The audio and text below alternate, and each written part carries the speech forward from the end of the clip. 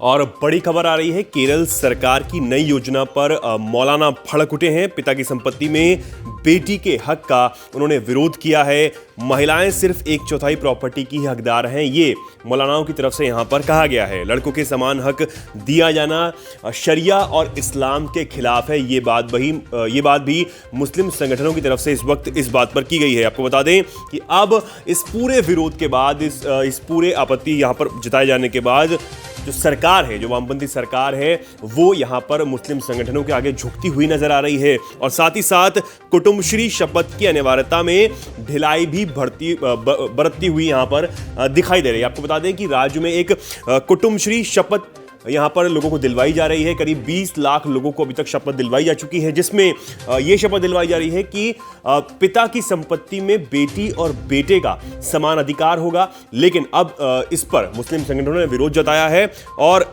साथ ही साथ यहाँ पर सरकार को भी चेतावनी दे डाली है। आपको बता दें, केरल के सबसे बड़े मुस्लिम संगठन समेत केरल जमायतुल कुतबा कमेटी के नेता नसर फैजी कोदाताई की आपत्ति के बाद इस पूरी जो शपथ है उस पर विवाद खड़ा हुआ था। उन्होंने कहा था कि पिता की संपत्ति में बेटी का अधिकार गैर इस्लामी है।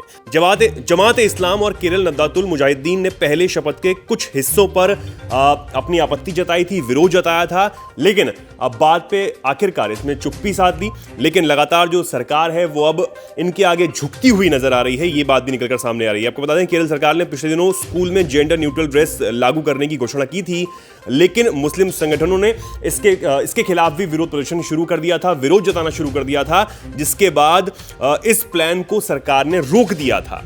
और वामपंथी सरकार को चिंता है कि कांग्रेस के जो नेतृत्व वाला जिस तरीके से यूडीएफ इस मुद्दे के जरिए मुस्लिम वोट यहां से छिटक सकते हैं, ये बात भी अब निकलकर सामने आ रही है।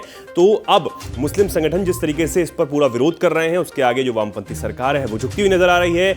यानी कि एक बार फिर बेटियों के अधिकार को पिता की संपत्ति पर वो गैर इस्लामी बता दिया गया है। किस तरीके से महिलाएं चाहे चुनाव लड़ें, उसको लेकर भी आपत्ति जताई गई थी कुछ जो मौलवी हैं उनके द्वारा। गुजरात चुनाव में भी ये देखा गया था कि उन्होंने कहा था कि किस तरीके से जो मुस्लिम महिलाएं हैं वो टिकट लेकर चुनाव ना लड़ें क्योंकि ये गैर इस्लामी है। ऐसी तमाम तरह की जो बातें निकलकर सामने आई थी, लेकिन एक बार फिर महिलाओं के अधिकारों को लेकर यहाँ पर सवाल खड़े होते दिखाई दे रहे हैं। वीके न्यूज, राष्ट्र के नाम।